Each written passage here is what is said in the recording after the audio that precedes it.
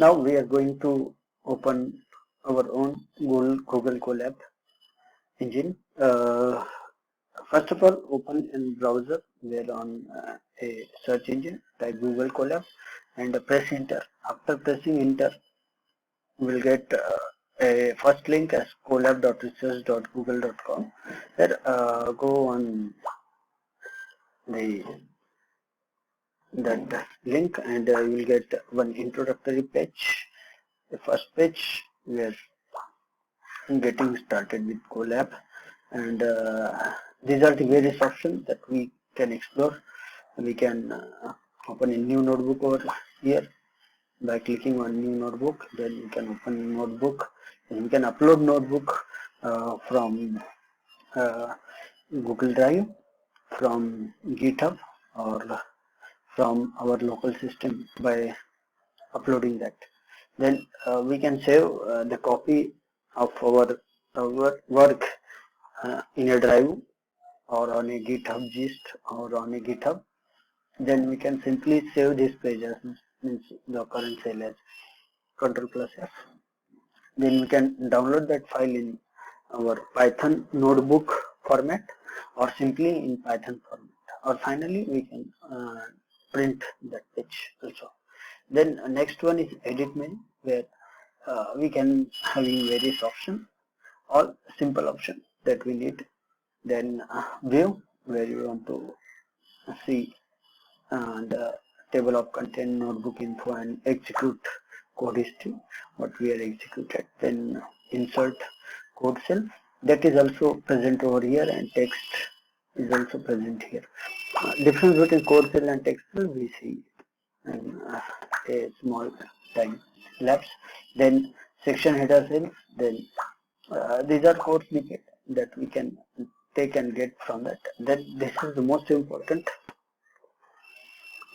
part of Google Colab, where we can run all our cells by using run all, and the main function in that change runtime type, and that runtime type contain GPU and TPU. For if you are executing a very big project that required some GPU or TPU settings, or that required huge processing power, in that case you can use this option GPU and TPU. That will also, if it is possible, we'll explore for some project. And then tools and help. And what we can do with this, we can copy this file to our drive, then text and code will going to see that. Now what we are going to do, we are going to first sign in, or we try to open a new notebook. We can open notebook like this, or there is any other option also, but before that it is necessary that you should have a Google account, and you should sign in that, then and only then it will work. Now I'm using one of my account, and after that going to log in that account. Yes, it takes little bit time, and after entering my password, and then next,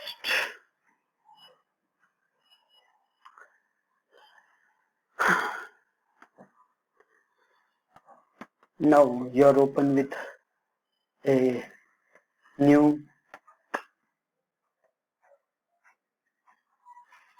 handbook where you are going to write your code, and you can execute that. You can see, you can make changes. Likewise here, this cell is like our Jupyter Notebook cell, same. And if we want to do some operation that as same as Jupyter Notebook, that can be done over here, but it is not limited to that thing, and we can execute it by using this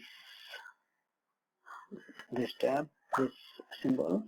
After clicking this symbol, it is automatically execute. Then why we are using this tool? Because Google Colab is a executable document library, and it allows to us to write, run, and share code within Google Drive. See, this is an output, and if you already know about Jupyter Notebook platform, then we can think of Google Colab as Jupyter Notebook platform. We can use it like that, and we can execute code on that, write code on that. And here is the share option where I can share this code with other uh, other colleagues or my student by providing simply this link to the student or my colleague. And then notebook document comprised of cells where we can write code, text, images, and many more. That is not limited to one, means that is not limited to okay. And Colab connect to cloud-based runtime engine, means you can execute Python code without any required setup on your system machine. See, I don't need to install any other any software that we are needed to execute this Jupyter notebook and all that things without any required setup on your system or machine. You can do that. Additionally, there is a runtime rich interactive coding with which you can use any functionality and that Python offer.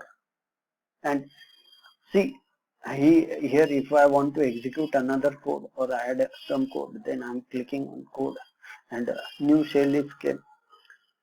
Generally in Python notebook also I'll show you that you use control enter to execute code. That is also working over here. But we are going to use shift plus alter. That is more convenient because it executes current cell and create next cell for our right for our function writing or for our code writing. Okay, the shell output in is not limited to text only. Here we are seeing that the output is in terms of text, but it is not limited to that.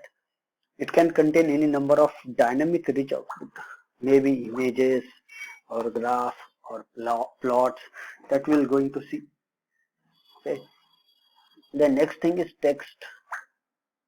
Text, we can simply write any text, and this is demo file. Like it can be a, it can act as a heading, or it can be, means we can use for create for giving bullet points or for heading purpose and other things also. It can be, we can bold it, we can modify it, and if we want to edit that cell, we can edit it at any time.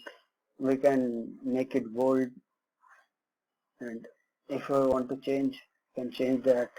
Like this is heading, this is demo for heading. Now we are going to see next, we are going to see the file that we are executed in,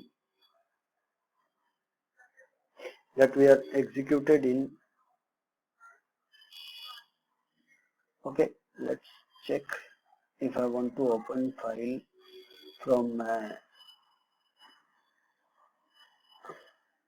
okay, open a notebook. See, open notebook, it is what I can do.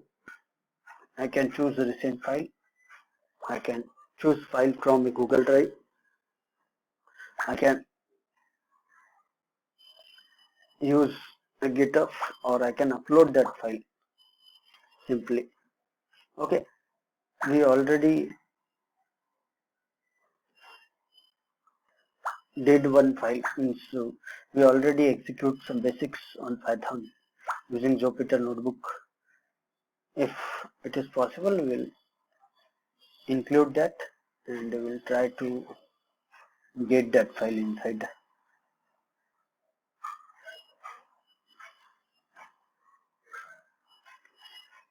the Jupyter notebook. Okay, let's see.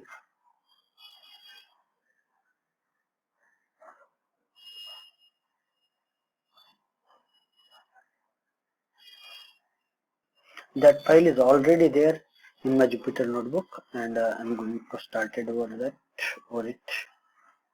Let's see. Okay, this this this is already covered in our Python, basic Python using Jupyter notebook session. Now I'm just try to show you how that code is going to run or execute simply. Okay, and again it takes a little bit time to execute code because it works on cloud or internet. If internet speed is slow, it will going to give, means it will be problem, or it takes little bit time to execute. Okay, let's see the output. I'm already prepared over here, and I just want to show you this code is already executed by us. Just we want to ensure that it will work over here. Okay, I'm going to execute some of the codes only, specific code, not more codes, simply to show you that yeah, it will work. Then some codes, dictionary, flow, controls. We already see that. That's why we are skipping it. And but it will work. That I want to show you that it will work. Only our motto is to show you that it will work. You can add like inputting two numbers 12 and 13 and checking it.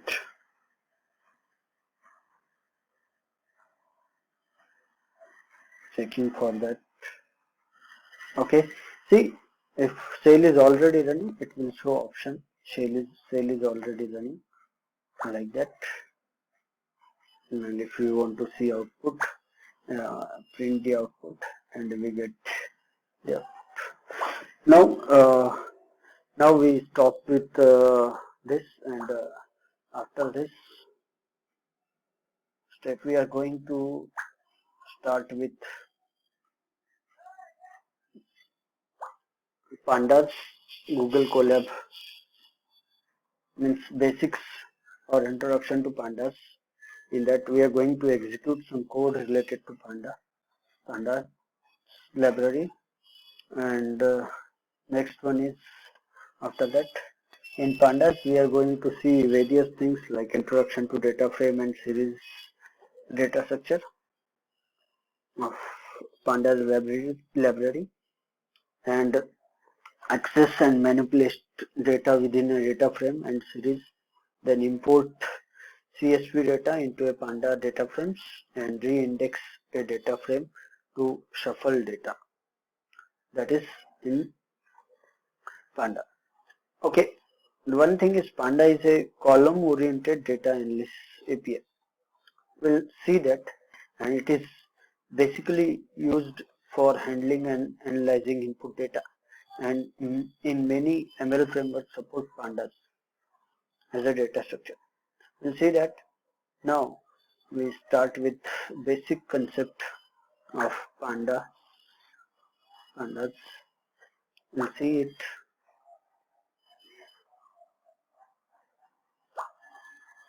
Okay.